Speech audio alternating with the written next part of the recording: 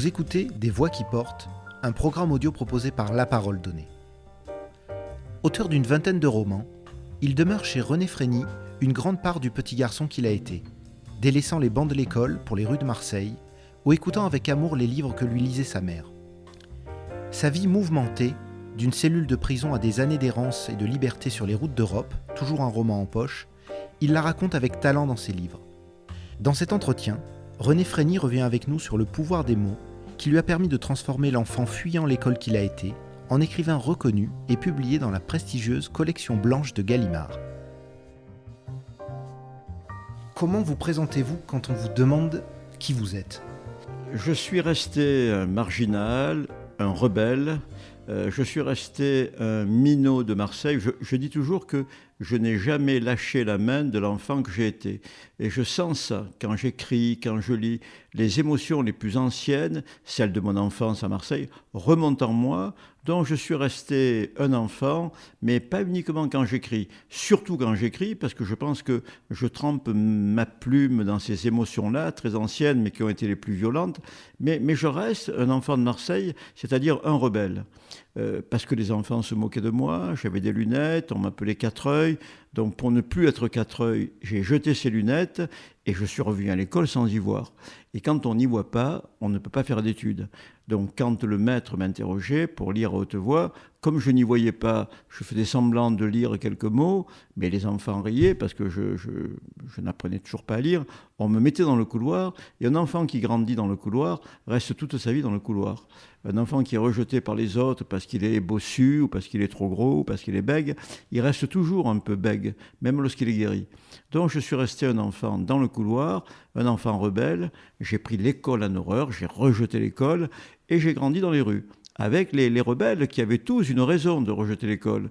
Les uns n'étaient pas bons à l'école, d'autres, ça les ennuyait profondément, ils étaient instables, ils aimaient la liberté. Et donc j'ai pris goût à cette liberté de la rue. Dès que je n'allais pas à l'école, j'hésitais tous les matins. Après, ça a été le collège, j'y vais pas, j'y vais pas, et souvent je n'y allais pas.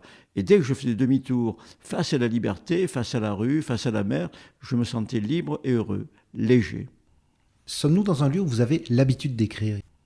J'ai écrit un peu partout dans ma vie. Il y a un demi-siècle que j'écris, et contrairement à certains intellectuels qui ont toujours vécu dans un bureau, moi, j'ai lu tous mes livres dans des paysages différents, et j'ai écrit tous mes romans dans des lieux différents, dans des chambres, dans des hôtels.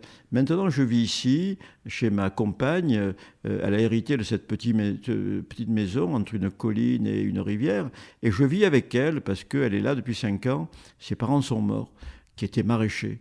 Mais j'ai écrit partout. Et c'est ce qui fait que je continue à aimer cette liberté, cette errance, parce que quand j'étais enfant, je traînais dans les rues, mais aujourd'hui, j'aime bien marcher partout dans ces collines derrière chez nous, mais j'ai marché durant toute ma vie et j'ai écrit partout. Chaque livre, je l'ai découvert sur un banc public, dans une chambre, chez des amis, dans une bibliothèque, parfois par terre, sur un banc public. Donc, mes professeurs sont tous les écrivains que j'ai lus. J'ai découvert Dostoïevski en Corse, j'ai découvert Jean Genet dans une chambre d'étudiante, j'ai découvert Camus à Thessalonique, j'ai découvert le Marquis de Sade à Istanbul.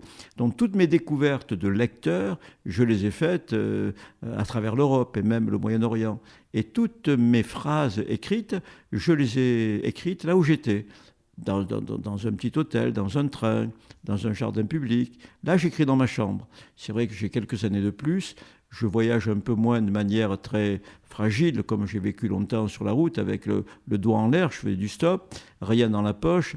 Donc pour survivre, je trouvais des petits métiers, je maraudais. Il faut dire que j'ai été pendant 5 ans déserteur. J'étais recherché par la police, j'étais déserteur, donc je vivais au bord des routes. Et je ramassais des livres, et parfois je piquais une tomate, un melon, 3 figues pour vivre. Mais j'ai vécu comme un vagabond. C'est pour ça que j'adore tous les écrivains de la route, qu'ils s'appellent Jim Harrison, qui s'appellent Hemingway, Steinbeck, Jean Giono, ou même Jean Genet. Mon roman préféré de Jean Genet, c'est Le Journal du voleur, cette espèce de vagabond clochard qui part en Espagne, pouilleux, et qui est prêt à toutes les transgressions. On ne sait pas pourquoi il transgresse tout. Il devient voleur, homosexuel, traître, pouilleux. Et plus il transgresse, et plus il écrit bien. Il se rend compte que dans cet état lamentable de solitude, il écrit beaucoup mieux.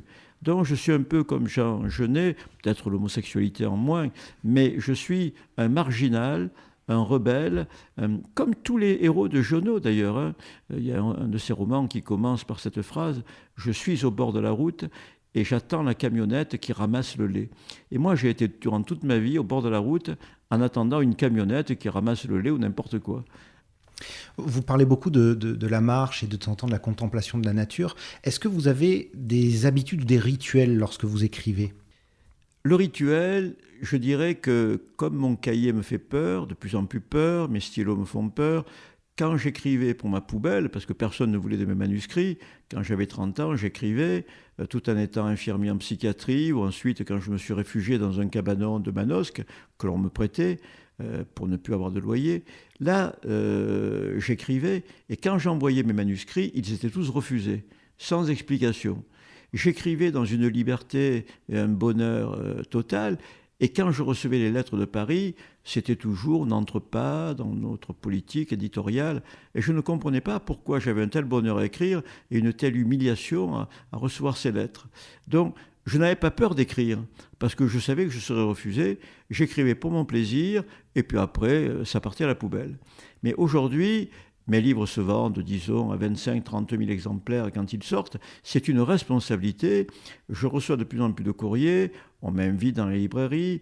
Et dans les lettres que je reçois, il y a parfois des lettres très émouvantes. J'en ai reçu une il y a 3 jours. Une vieille dame qui me dit « Je suis dans une chambre d'hôpital. On va m'opérer demain matin. Mais on vient de m'offrir votre livre. Je l'ai commencé. Et plus j'avance, plus je me sens légère. Je me sens avec vous. On est ensemble. Et donc j'attends l'opération avec beaucoup plus de sérénité. Quand tu reçois une lettre comme ça, c'est une responsabilité. Tu ne peux pas écrire n'importe quoi quand tu sais que tu risques d'alléger l'angoisse d'une femme qui peut-être va mourir dans les jours qui viennent. C'est une grande responsabilité. Donc mon cahier me fait peur. Et le matin, j'ai ce petit rituel avant d'écrire. Je fais la vaisselle. Je ne la fais pas le soir parce que comme ça, le matin, je la fais sous le robinet. Je n'utilise pas la machine à laver la vaisselle. Et l'eau chaude qui ruisselle sur mes doigts, avec une éponge, ça adoucit mes doigts. Et j'ai l'impression que cette eau chaude, elle fait venir, elle adoucit aussi mon cerveau, ma mémoire. Toutes mes idées reviennent. Et si ça ne suffit pas, je quitte l'éponge et je pars marcher dans les collines. Et là, dans les collines, en marchant, je ramasse une figue. Là, j'ai ramassé dernièrement, il y a 15 jours, des mûres. Je fais de la gelée de mûres, je ramasse des champignons.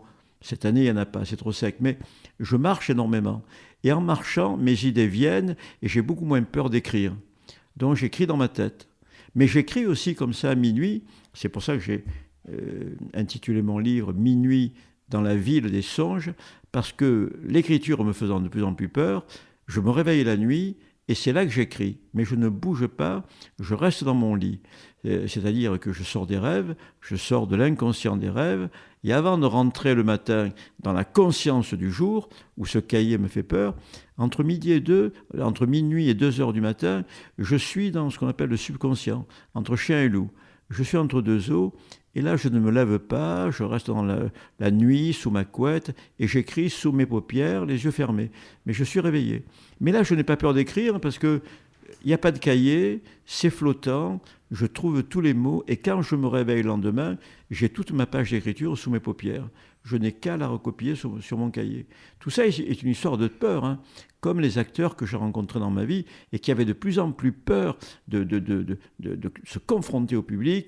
Lorsque le rideau se levait, leur cœur était à 3000, parce que, et pourtant, ils étaient célèbres, c'est de bons acteurs, mais ils avaient de plus en plus le trac. Et moi, c'est pareil avec la feuille blanche, parce que c'est une responsabilité. Donc j'écris ou en marchant, ou la nuit sous mes paupières. Quand avez-vous pris conscience pour la première fois du pouvoir des mots et de leur impact sur votre vie ?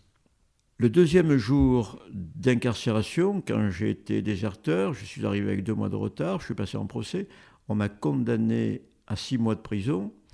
Le premier jour, je suis resté enfermé dans ma cellule, parce qu'on m'avait enfermé après les promenades.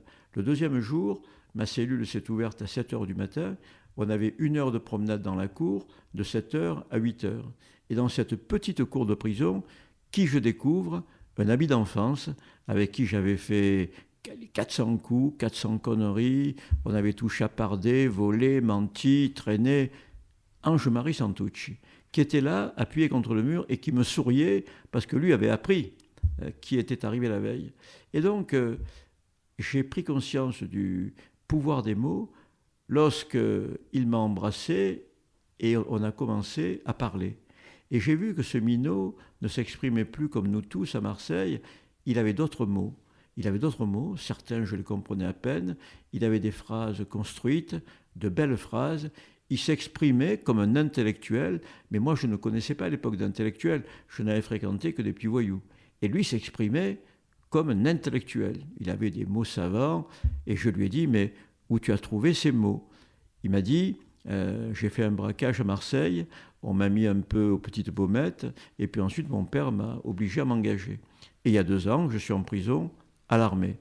Il y a 2 ans que je lis tous les jours, 8 heures par jour. Et il avait lu des centaines de livres. Il avait lu justement Dostoïevski, il avait lu Sartre, il avait lu Nietzsche, il avait lu Marx, il avait lu non seulement de la littérature, de la poésie, mais des textes philosophiques et politiques. Et il m'a dit, lis, tu leur feras beaucoup plus peur que d'aller voler des trucs ou de passer ta vie sur un chantier comme ton père ou en prison. Lis. Et j'ai fait comme lui. Dès le lendemain, j'ai commencé à lire, et là, je me suis rendu compte, dans cette cellule, du pouvoir des mots, mais qui n'était pas encore un pouvoir de combat, comme lui, il avait fait des mots un pouvoir de combat, une culture de combat, une culture rebelle. Pour moi, mes premiers livres, ça m'a permis de m'évader, d'écarter mes barreaux et de partir en Provence en lisant Giono, ou de partir sur les routes d'Amérique en lisant Hemingway ou Steinbeck. Donc j'ai voyagé pendant 6 mois grâce aux mots. Je lisais le mot chêne, par exemple, puisqu'il y a un chêne devant, et je voyais un chêne, alors que j'étais face à un mur. Je lisais le mot rivière, et je voyais briller une rivière. Et je lisais La petite femme en rouge traverse le pont, et je voyais une femme en rouge qui traverse. Je voyais tout. Et c'était comme si le directeur de la prison m'avait apporté les clés de la prison. Le matin, j'ouvrais un livre et je partais en voyage. J'ai dit un jour à Bunel, justement, qu'est-ce que je trouvais dans l'écriture, et je lui ai dit, moi, tous les matins, j'écris le mot gare et je monte dans un train qui n'existe pas, ou sur un bateau que personne ne voit. Voilà, on écrit et on lit pour voyager, pour être libre, encore plus libre que dans la vie, parce que le seul pays qui n'a pas de frontières, c'est la littérature, ce sont les mots. On peut, avec un seul mot, construire une histoire. Donc, pendant 6 mois, j'ai lu pour m'évader, et finalement, ce séjour n'a pas été si négatif que ça. J'ai beaucoup souffert du froid, mais pas de la solitude. Pourtant, j'étais seul dans un cachot, 23 heures par jour. Et je tournais le matin pendant 1 heure avec Ange-Marie Santucci. Mais dans ma cellule, je savais que lui, un peu plus loin dans la sienne, il lisait. Moi, je faisais pareil. J'ai demandé à l'aumônier un carnet, un stylo et un petit dictionnaire, parce qu'à l'époque, il y avait beaucoup de mots qui m'échappaient. Et j'ai noté sur ce dictionnaire, enfin, grâce à ce dictionnaire, peut-être 200 ou 300 mots. Des mots qui, pour moi, étaient savants. Je me souviens que j'avais noté le mot schisme, le mot alacrité, le mot dialectique, tous ces mots que je n'avais jamais entendus dans les rues, qu'on n'utilise pas à Marseille quand on est minot. Mais que je trouvais beau parce qu'ils avaient une musique, une sonorité, des milliers de mots comme ça que je découvrais. Et j'ai fait mes études à partir de là, tout seul, sans professeur, avec des dictionnaires. Quand je suis sorti de prison, j'ai racheté La Gare des Michards. Et chaque fois que je lisais un petit extrait d'un auteur qui me plaisait, je me précipitais chez les bouquinistes, parce que je n'avais pas l'argent pour acheter des livres neufs. Je trouvais des livres chez les bouquinistes. Et j'ai continué mes universités au bord des routes, en lisant tous ces auteurs et ces livres aussi où on parlait d'eux. Votre œuvre évoque régulièrement les figures du passé, les figures importantes de votre vie. Dans quelle mesure les mots ont-ils le pouvoir, à défaut de ramener nos disparus à la vie, de prolonger la conversation qu'on a avec eux? Quand ma mère est morte, j'ai interrompu un livre parce que j'avais tellement souffert pendant 5 mois. J'allais la voir tous les jours à l'hôpital le soir. Elle ne pouvait plus se nourrir seule, elle avait un cancer avancé. Je la nourrissais, je la coiffais, j'essayais de lui faire passer un bon moment, un peu de douceur. Et quand je sortais dans le parc de l'hôpital, j'éclatais en sanglots, bien entendu. Je m'étais retenu pendant 2 heures avec elle et j'éclatais en sanglots. Ça a été les 5 mois les plus difficiles de ma vie. Et puis elle est morte. Et pendant plusieurs mois, j'ai cessé d'écrire, mais je n'avais plus envie du tout d'écrire. Et quelques mois plus tard, j'ai ouvert un cahier neuf et j'ai écrit le mot maman. Mais je l'ai écrit plusieurs fois, peut-être sur toute la page. Maman, maman, maman, maman. Je n'ai écrit que ce mot, maman. Et à partir de là, j'ai commencé un texte qui commençait comme ça. Depuis que ma mère est morte, je ne tue plus les mouches. Parce que depuis qu'elle était morte, je respectais tout ce qui est vivant. Une fourmi, une abeille, une mouche. Je ne touchais plus les insectes parce que je pensais qu'elle revenait me voir à travers ces êtres vivants. Tous ceux qui traversaient ma cuisine, je ne tuais plus rien. Et là, depuis que ma mère est morte, je ne tue plus les mouches. J'ai commencé un livre qui était un récit de mon enfance avec elle, quand j'étais si heureux. Elle m'a amené voir un film de Charlot, puis on mangeait un chou à la crème en haut de la canebière. Quand je tenais la main de ma mère, rien ne pouvait m'arriver. Et je crois que jusqu'à son dernier souffle, rien ne pouvait m'arriver. Mais à partir de sa mort, je me suis senti seul, complètement seul sur cette terre. Et en lui écrivant, je l'ai ramenée vers moi, elle m'a répondu, elle m'a même dicté certaines phrases que je recopiais sur mon cahier. Elle était sur mon épaule, comme quand j'étais enfant et que j'essayais de faire des devoirs et qu'elle m'aidait. Sachant que j'avais mauvaise vue, que je n'avais pas lu la leçon sur le livre, elle m'aidait. Et j'avais toujours son visage près de moi, j'avais son parfum, j'avais sa douceur, et elle me dictait des choses que je... Et ce livre est paru, c'est un livre qui s'appelle « Elle danse dans le noir ». C'est un livre qui m'a ramené non seulement la voix de ma mère, le regard, toute sa douceur, la confiance qu'elle a déposée en moi. Donc ce livre-là a ramené une maman. Alors bien sûr que ma mère est revenue pour moi. Chaque fois que j'écrivais un mot, elle était là. Les autres ne la voient pas, ne l'ont pas connue, peu connue. Mais je pense qu'avec des mots, quand on raconte la vie de quelqu'un, cette personne devient un peu immortelle. Tant qu'elle est dans le cœur de certaines personnes, elle n'est pas morte. Donc, c'est la puissance des mots. Je ne vois pas comment j'aurais pu ramener ma mère de l'au-delà, la faire sortir d'un petit cimetière qui est pas loin d'ici, pour vivre un peu avec elle tous les jours. Je continue à bavarder avec elle, à lui poser des questions. Elle me conseille, comme elle l'a toujours fait. Mais si je n'avais pas eu les mots, je ne vois pas comment j'aurais pu la ramener vers moi. On vous connaît pour, en partie, les ateliers d'écriture que vous animez en prison. Giono, dans ses notes sur l'affaire Dominici, et plus récemment l'écrivain Dimitri Ouchombori, pointe la carence de mots de certains accusés face à l'institution judiciaire. Comment les mots peuvent-ils parfois revêtir la fonction de bouclier quand on les possède, ou nous laisser vulnérables quand on en manque ? Oui, Giono était derrière le président dans ce palais de justice où j'ai été jugé moi-même en 2014 et où j'ai été relaxé après 10 ans de harcèlement. Donc j'étais dans ces boiseries que Giono a connues, que les Dominici ont connues. Et il a très bien vu ce qui se passait. Quand le président posait des questions au vieux Dominici, il faisait semblant de ne pas comprendre. Mais enfin, Giono explique que c'est un vieux malin, un vieux roublard, et qu'il comprenait très bien. Il répondait à certaines questions faciles, les questions un peu embêtantes, il faisait semblant de ne pas comprendre. Mais parce que le paysan était rusé, c'était un renard. Donc quand le président lui a dit « Êtes-vous allé au pont ?» parce qu'on avait trouvé la petite morte sur le pont, ça l'a vraiment embêté, le père Dominici. Il a dit « Non, il n'y a pas d'aller au pont ». Non, je vous demande si vous êtes allé au pont. Je vous dis qu'il n'y a pas d'aller au pont. Il a fait semblant de... Alors, il lui a reposé une troisième fois et le vieux Dominici a répondu « Non, j'y suis pas été ». Parce qu'ici, on dit comme ça « J'y suis pas été ». Et donc, Giono a très bien compris l'imagination du vieux paysan. Et ce que je constate, moi, depuis 30 ans, dans les prisons, c'est que oui, c'est parce qu'ils s'expriment avec 200 mots qu'ils sont en prison. C'est-à-dire que quand on n'a pas les mots pour avoir un métier correct, on commence des petits métiers, on se nourrit mal, ce sont des métiers difficiles, et on bascule très facilement dans le banditisme. Le trafic, le banditisme, les règlements de compte, enfin, il y a une ascension dans le crime et l'argent facile. Et donc ces gens-là se débrouillent comme ils peuvent sans les mots, mais bien entendu, quand on n'a pas les mots et quand on se débrouille comme ça, on finit toujours en prison. Et on passe une partie de sa vie en prison.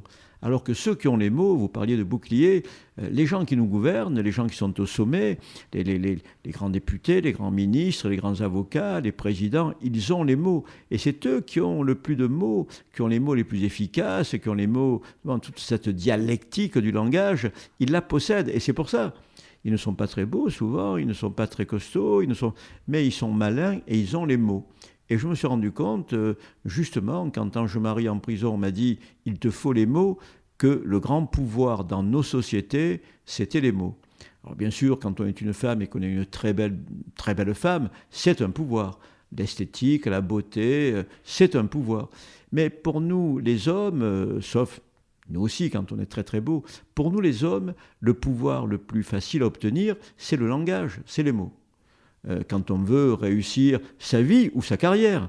Mais moi, j'ai réussi ma vie grâce aux mots. C'est-à-dire, je fais le métier qui me plaît, je suis libre grâce aux mots. Si je n'avais pas écrit, qu'est-ce que j'aurais fait? Mon père était peintre en bâtiment, j'aurais peut-être été peintre en bâtiment. Mais les mots m'ont permis de vivre libre. C'est ce que je dis dans tous les lycées, les collèges et les prisons. Aux jeunes qui me disent « mais à quoi ça sert d'apprendre à lire, à quoi ça sert la culture ?»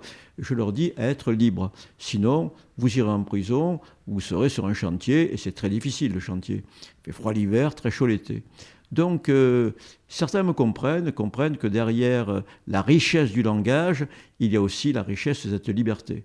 La vraie richesse, je leur dis, elle n'est pas dans les banques, elle est dans les livres, elle est dans les mots. Vous avez évoqué plusieurs fois, et tout à l'heure également, votre enfance turbulente dans les rues de Marseille. Pensez-vous que vous auriez été quelqu'un de différent si vous n'aviez pas grandi à Marseille? Il y a une phrase de Saint-Exupéry qui est assez juste. Il dit on n'est pas d'un pays, on est de son enfance. Moi, mon enfance, c'est Marseille, bien entendu, mais Marseille n'est qu'un décor. C'est la relation que j'ai eue avec ma mère et la relation que j'ai eue avec les autres enfants à cause de mes yeux. Donc, les enfants se moquaient de moi, mais ils se seraient moqués de moi sans doute à Glasgow, à Tokyo, à Honolulu ou à Buenos Aires. Ils se seraient moqués de moi. Donc, mon traumatisme, c'est les enfants qui me rejettent parce que j'ai 4 œils.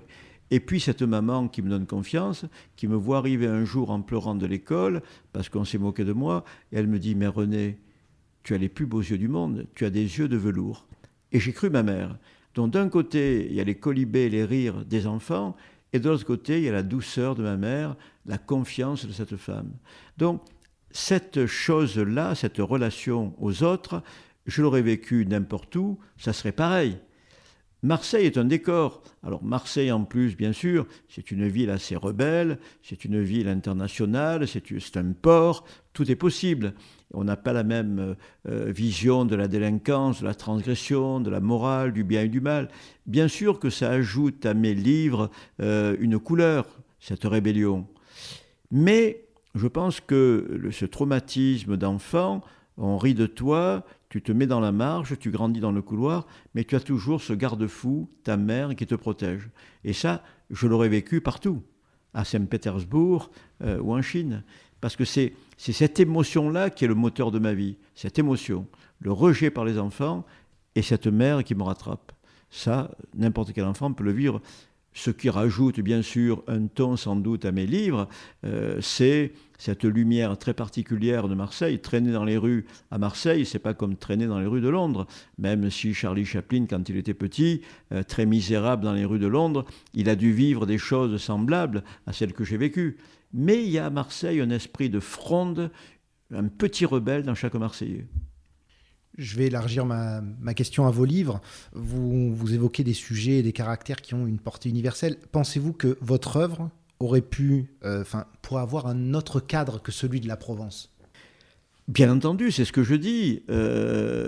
Giono a une phrase que je n'aurais pas trouvée moi-même. Il dit « Le plus grand écrivain provençal, c'est Shakespeare », parce que Shakespeare est universel. Donc, il aurait pu être aussi provençal, puisque en Provence, on lit et on comprend Shakespeare, mais en Chine, on lit et on comprend Shakespeare. Donc, c'est l'universalité d'un texte qui est importante. C'est l'universalité. Après, que l'on s'appelle Pagnol ou que l'on s'appelle, que sais-je, Günter Grass ou Dostoïevski, c'est l'universalité du texte qui compte.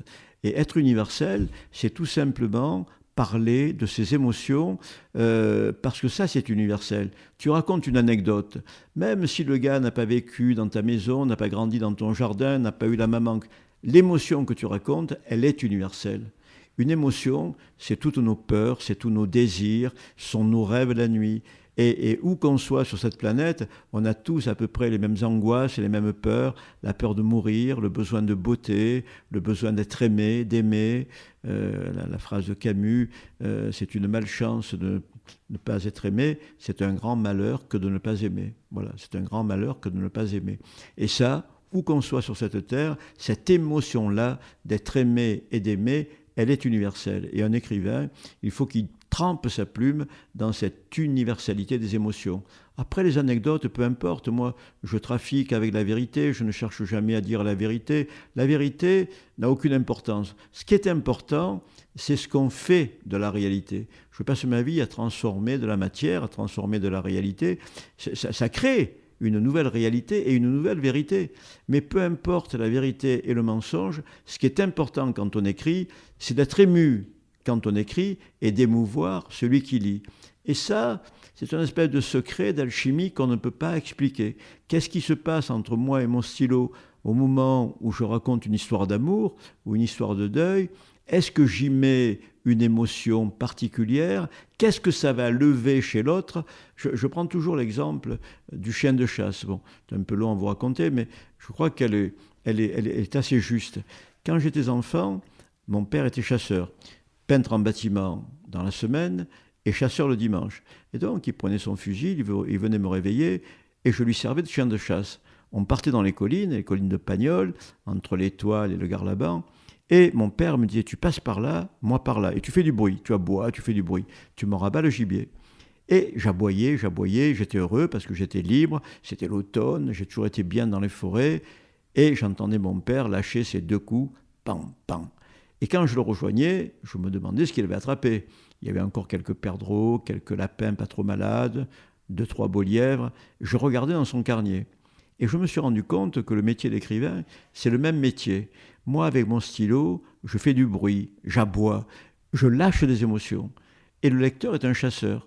Le lecteur attrape ce qu'il veut dans mes livres. C'est à lui à attraper des émotions. Le lecteur est un chasseur d'émotions et l'écrivain est un chien de chasse. Je fais du bruit en marchant, en aboyant. Donc cette relation qu'il y a, c'est la métaphore la plus juste que j'ai trouvée entre le lecteur et l'écrivain. Vous avez parlé de votre angoisse devant votre cahier. Pensez-vous votre inspiration inépuisable? Ce qui est inépuisable, c'est pour l'instant ma force de vie, ma volonté de vivre, ma joie de vivre. Jusque-là, elle a été inépuisable.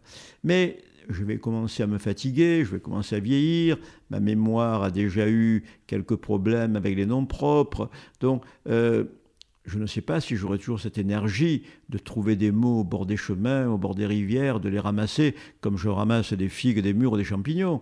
Tant que j'aurai des jambes, des muscles, des nerfs pour aller ramasser des champignons, je trouverai des mots. Je reviens avec des paniers pleins de mots quand il n'y a pas de cèpes. Et même quand il y a des cèpes, il y a une partie pour les cèpes, une partie pour les mots. Mais quand je n'aurai plus la force d'aller aux champignons, je crois que je n'aurai plus la force d'écrire non plus. Parce qu'on écrit avec tout son corps. Pour écrire, il faut avoir encore un grand appétit de vie.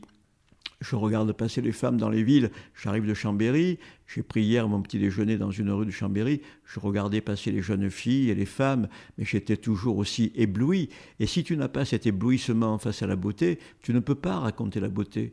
Et le métier de l'écrivain, c'est quand même raconter la beauté, avoir envie que tout le monde voit cette beauté.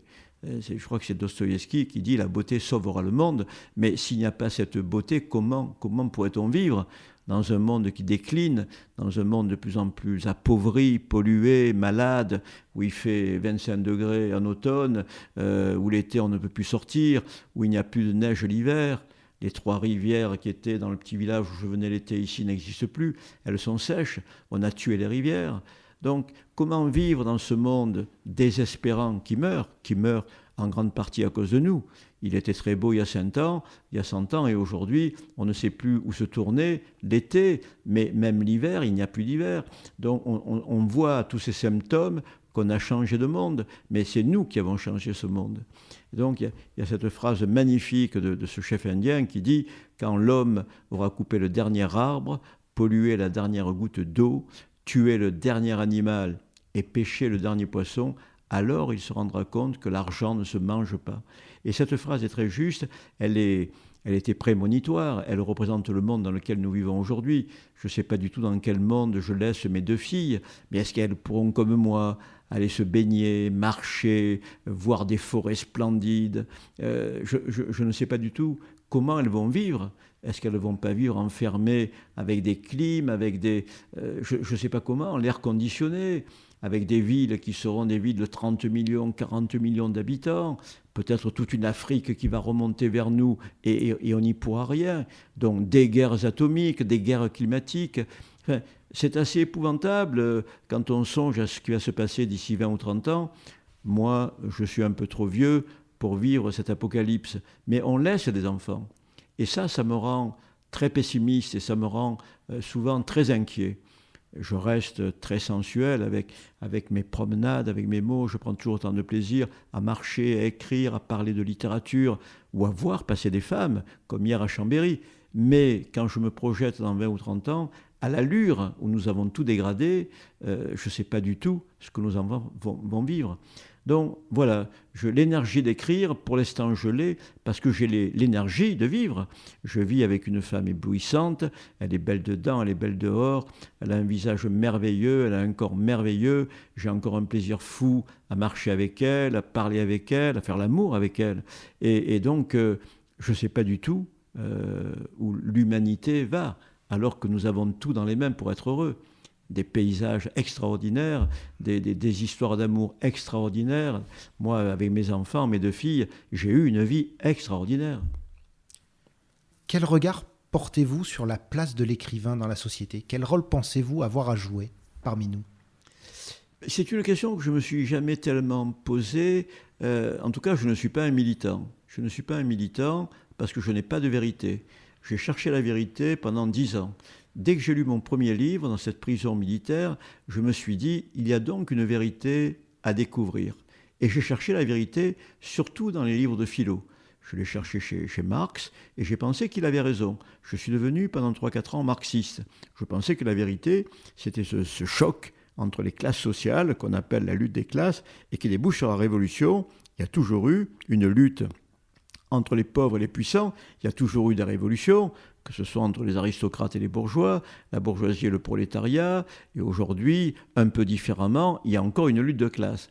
Mais très vite, j'ai découvert l'existence de l'inconscient chez Freud. Et j'ai lu tout Freud, toute la psychanalyse, et je me suis dit, le vrai moteur de l'humanité, c'est peut-être ce combat entre les classes, mais c'est surtout le combat en chacun de nous entre la pulsion et le surmoi, c'est-à-dire entre le bien et le mal, le combat entre nos désirs, qui sont très souvent sexuels, nos désirs et la morale, ce choc qui va constituer nos névroses, etc.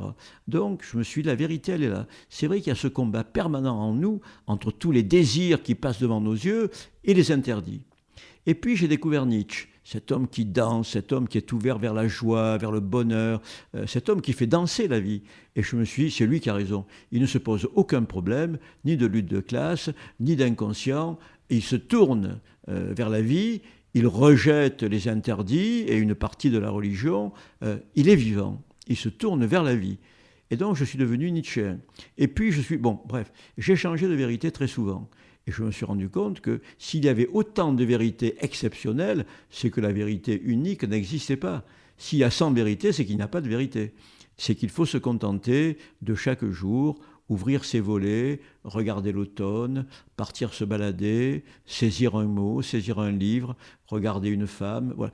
Les petits bonheurs, et je pense que maintenant, mon seul projet dans la vie, c'est de multiplier ces instants de bonheur, de légèreté, d'éblouissement.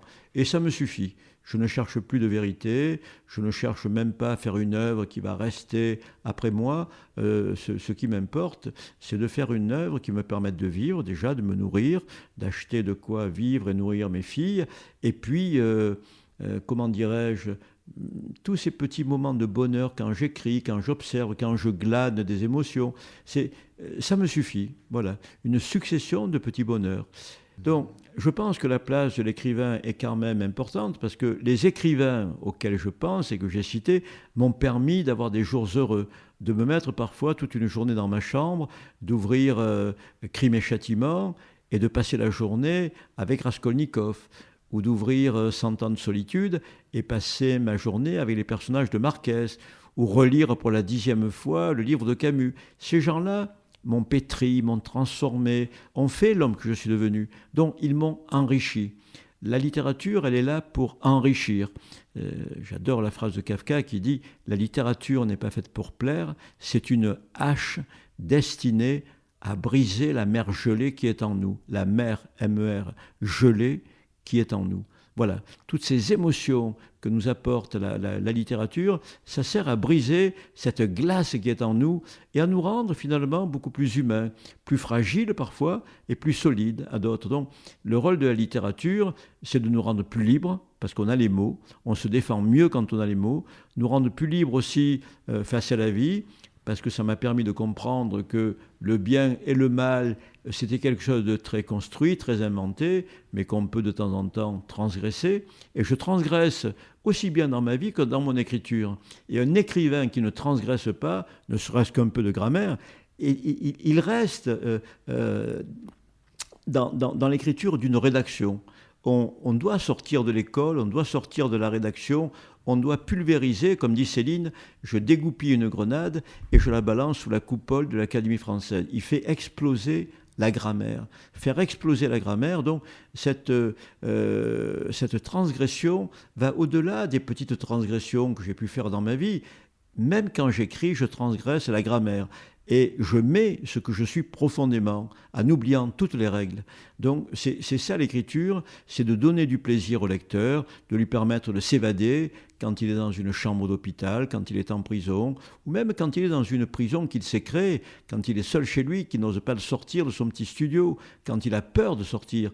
Eh bien, la littérature te permet de sortir, d'écarter tes barreaux, de franchir des interdits. Et puis, tu as toujours un compagnon dans la poche quand tu voyages.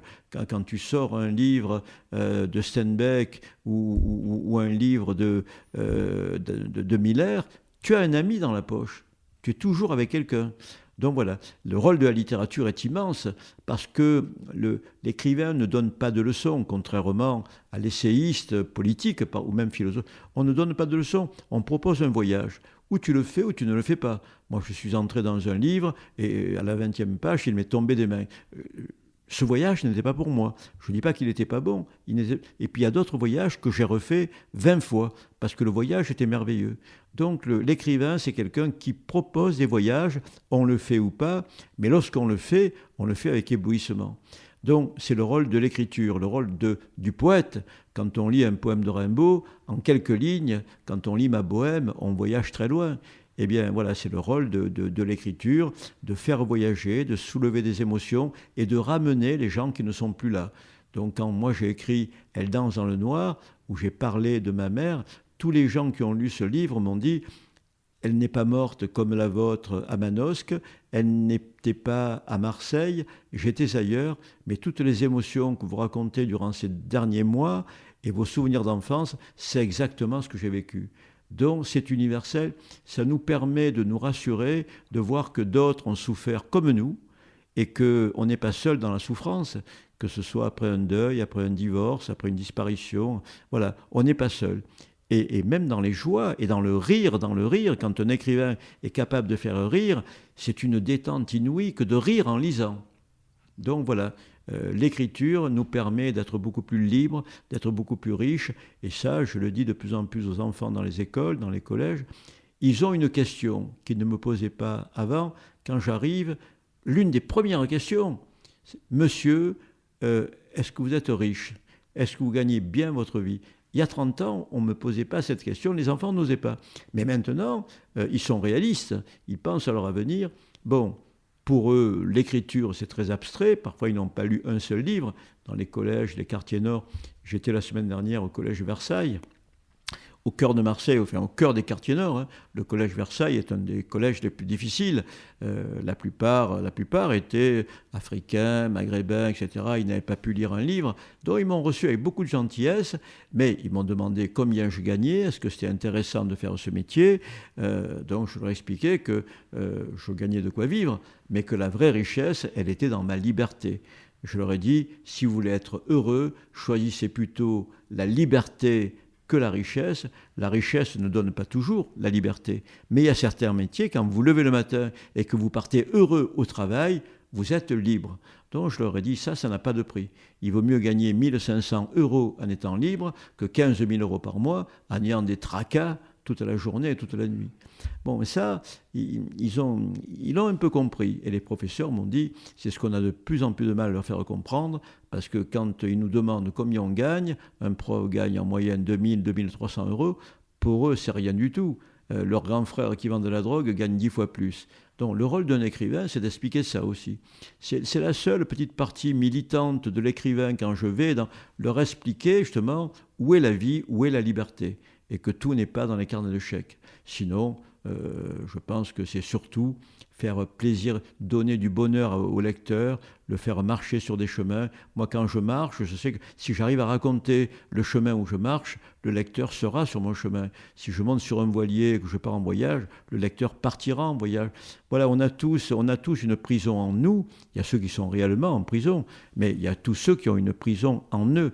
Et le rôle de la poésie et de la littérature, c'est d'ouvrir toutes les portes des prisons. Où trouvez-vous l'inspiration pour les titres magnifiques que vous donnez à vos romans? Alors, quand j'écris, moi je n'écris que sur des cahiers rouges, parce que ça me porte bonheur. L'aumônier dans la prison m'avait apporté un petit carnet rouge, et c'est là que j'ai écrit mes premiers mots et mes premiers poèmes. J'écrivais tous les soirs un petit poème, parce que c'est très inquiétant d'être seul dans une cellule, quand à travers les barreaux la nuit tombe, et que tu vas rester dans ce tombeau de ciment pendant 12 heures. Donc j'écrivais un petit poème, et ce petit poème, il éclairait ma cellule. Donc j'écrivais sur mes petits carnets rouges, et depuis j'ai continué à acheter des cahiers et des carnets rouges. Et sur mes cahiers rouges, je laisse la première page blanche. Et sur la première page, dès que j'ai écrit un chapitre, un titre me vient, je le note. Et puis le deuxième chapitre, je me dis non, premier titre, oui, il reflétait le premier chapitre, mais celui-ci, il est plus fort. Puis au troisième chapitre, ah non, là ce titre-là, et à la fin de mon manuscrit, je me retrouve avec 10 titres, mais je ne sais pas quel est le meilleur. Ce sont 10 ambassadeurs pour mon livre, 10 drapeaux qui claquent comme ça sur ma prose, mais quel est le meilleur?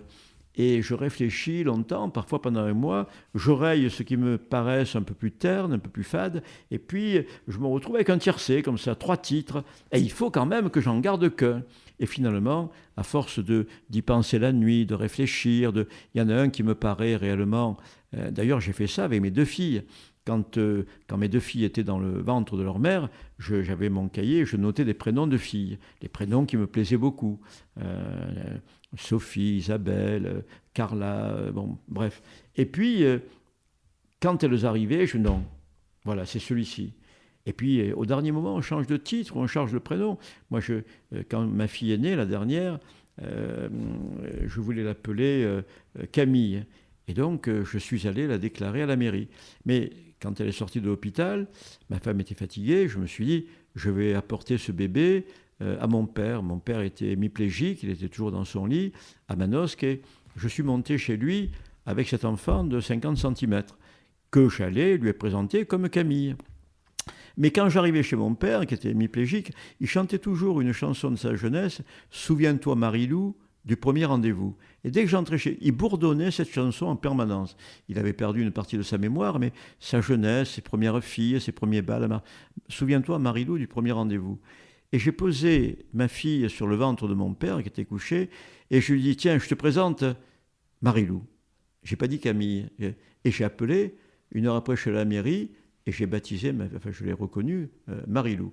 C'est très affectif. Et mes titres sont des titres très affectifs que je trouve en marchant aussi. Mais j'en ai toujours 10 et il m'en faut qu'un. L'un de mes livres, par exemple, j'avais prévu 10 titres. Et puis, je suis au Baumette ce jour-là, j'anime mon atelier d'écriture, on parle d'amour. Et Yves, qui était là depuis 13 ans, me dit... Moi, plus ça va dans ma cellule, moins je trouve le sommeil, j'ai de plus en plus de mal à dormir. Si je n'arrive pas à penser à une femme que j'ai aimée quand j'étais jeune, je ne m'endors pas. Et souvent, je pense à ma mère pour m'endormir. Si je n'ai pas une pensée de douceur et de tendresse, je peux rester une nuit sans dormir. Et il me dit, on ne s'endort jamais seul. Et je me suis dit, c'est fabuleux ce qu'il vient de dire, on ne s'endort jamais seul. Et j'ai pris ce titre. Au dernier moment, comme Marilou, un titre peut surgir de la vie, comme un prénom. Donc Yves, dans sa 13e année de prison, m'a donné le titre « On ne s'endort jamais seul ». Et comme c'est une histoire très policière, très dure, entre un père et son petit-enfant qu'on lui enlève, l'histoire d'un kidnapping d'une petite fille, c'est un livre très très dur, très noir. Et le père, bien entendu, perd le sommeil, devient complètement insomniaque, angoissé du soir au matin. On ne s'endort jamais seul. Voilà, donc les titres, j'en ai sans doute trouvé des milliers pour en garder une vingtaine, mes 20 romans.